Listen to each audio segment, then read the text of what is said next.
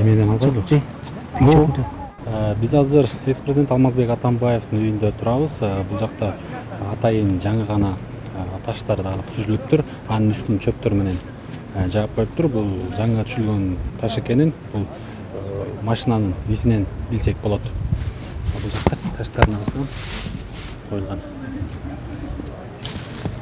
Убактагы боюнча сиз кайсы кызматты аткарып Биз баардык жерде элдер чогулуп, элдик дружина кылып, ошо Атамбаевдин үйүн кайтарып атабыз. Азыр камап кетебиз, мындай ар кандай сөз болуп атат. Сапма каражаттарын ачып кетти. Таш